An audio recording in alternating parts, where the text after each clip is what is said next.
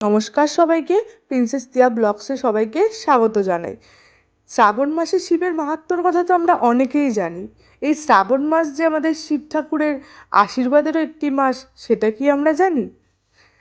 সেটাই তোমাদের সাথে আজকে শেয়ার করব। পুরাণে কথিত আছে, শ্রাবণ মাসের এক সন্ধ্যায় কৈলাস পর্বতে মহাদেব শিব ও দেবী পার্বতী একসঙ্গে বসেছিলেন। আকাশে মেঘও জমেছিল, বৃষ্টির পূর্বাভাসও ছিল। পার্বতী শিবকে বললেন, হে প্রভু, এই শ্রাবণ মাসে আপনার কোনো বিশেষ স্মৃতি আছে কি? শিব হাসি মুখে বললেন, হ্যাঁ প্রিয়া, একবার এই শ্রাবণ মাসেই দেবতারা ও অসুরেরা সমুদ্র মন্থন করছিল। সেই সময়ে হলাহলে বিষ উঠে এলো। তা দেখে সবাই আতঙ্কিত হয়ে পড়ল। কেউই তা নিতে সাহস করল না।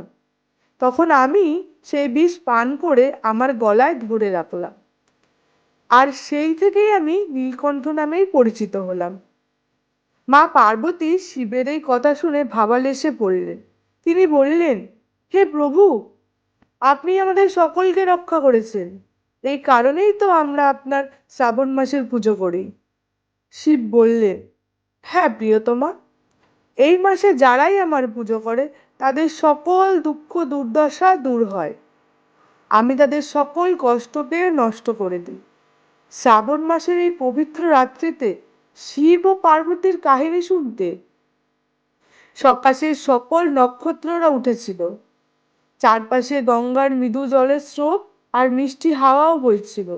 দেবতারা ও অসুরেরাও ধ্যানস্থ হয়ে সেই কাহিনী শুনছিলেন। শ্রাবণ মাসের পূর্ণিমা রাত শিব ও পার্বতীর অনন্ত প্রেমের একটি স্মৃতি হয়ে রয়েছিল। এরকম আরো পৌরাণিক ঘটনা জানতে হলে আমাদের চ্যানেলটিকে সাবস্ক্রাইব করে নেবেন। আর কেমন লাগছে কমেন্টে অবশ্যই জানাবেন। ভালো লাগলে একটি লাইক করে এবং শেয়ার করে দেবেন। থ্যাংক ইউ সবাইকে।